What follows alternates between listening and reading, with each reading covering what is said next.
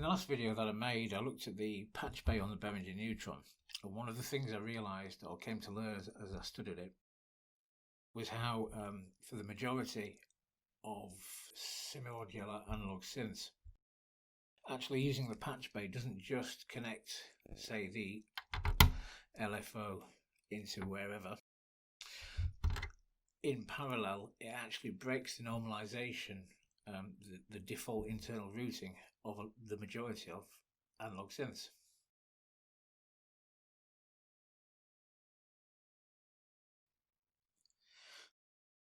I demonstrated this on the neutron by breaking the normalisation between the oscillator and the filter.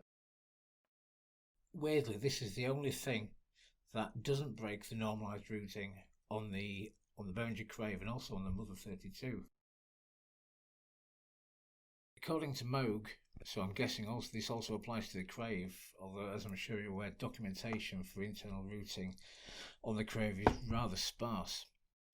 But Moog posted a video showing that the VCA CV is summed with the internal routing from the EG and not just breaking normalisation.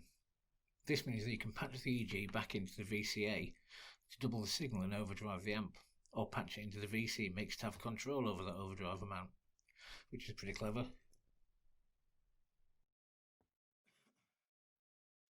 The biggest point to remember here, though, is that patching does break the internalisation. It's not in parallel, so where you're sending it to, it stops the signal path in advance of that and follows the patch leads that you're using. I'm not going to go into depth again on every single patch point because they're self-explanatory. But it's worth noticing that the VC mix is obviously standalone. This is separate. It's not attached to the internal routing. Neither is the multiple here. I'll put a diagram up here which I've got from Ian Smith. I'll put a link to some of his podcasts and stuff in the description below. He's a really nice guy, and he did this design for the Mother 32. But again, this applies to the Behringer Crave also. It's worth studying, worth having a look at.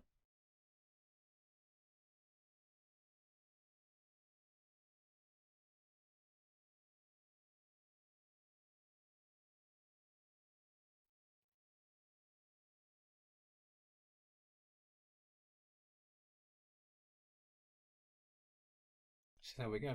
I really hope Ian's diagram helps, and if you have any questions, drop them below. Thanks.